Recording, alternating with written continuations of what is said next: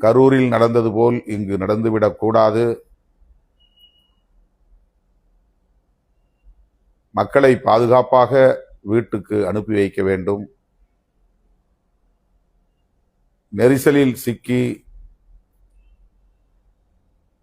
உயிரிழக்கும் நிலை உருவாகிவிடக்கூடாது என்கிற பதற்றமும் எனக்குள் இருந்தது.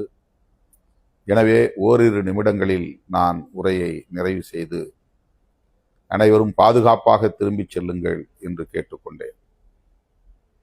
இன்னும் சில நிமிடங்கள் நான் பேசிக்கொண்டே இருந்திருந்தால் அந்த நெரிசல் எந்த அளவுக்கு போயிருக்கும் என்று கற்பனை கூட செய்து பார்க்க முடியாது. அந்த அளவுக்கு கடல் அலை வீசுவது போல் தோழர்கள் ஒருவரை ஒருவர் தாங்கி பிடித்து தற்காத்து கொள்ளும் போராட்டத்தில் தான் இருந்தார்கள் என்பதை நேரில் பார்த்தவர்கள் உணர முடியும்.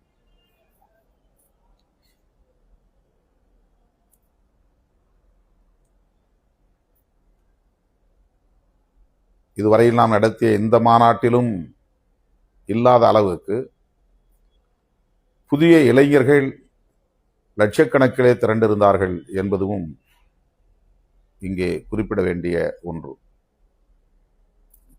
20 வயதிலிருந்து 30 வயதுக்கு உட்பட்ட இளைஞர்கள், ஜென்சி என்று சொல்லப்படக்கூடிய அந்த இளைஞர்கள் வழக்கத்திற்கு மாறாக பெருமளவில் இந்த மாநாட்டுக்கு திரண்டு வந்திருந்தார்கள் என்பதும் ஒரு காரணம். அவர்கள் அத்தனை பேரும் என்னோடு அந்த நெரிசலிலும் கூட, மரண பயம் மேலோங்கி இருந்த நெரிசலிலும் கூட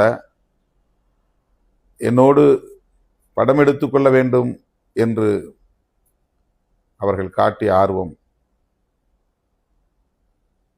எனக்கு அச்சத்தை ஏற்படுத்தியது.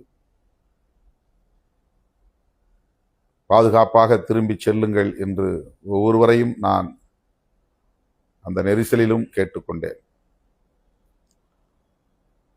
வயது முதிர்ந்தவர்கள், பெண்கள், சிறுவர்கள் என மாநாட்டுக்கு வந்தவர்கள் இந்த நெரிசலில் சிக்கிக்கொள்ளக்கூடாது, மாற்றுத்திறனாளிகள் இந்த நெரிசலில் சிக்கிக்கொள்ளக்கூடாது என்ற கவலை எனக்கு மேலோங்கியதால் 3 நிமிடங்களுக்குள்ளாக எனது உரையை நான் நிறைவு செய்துவிட்டேன்.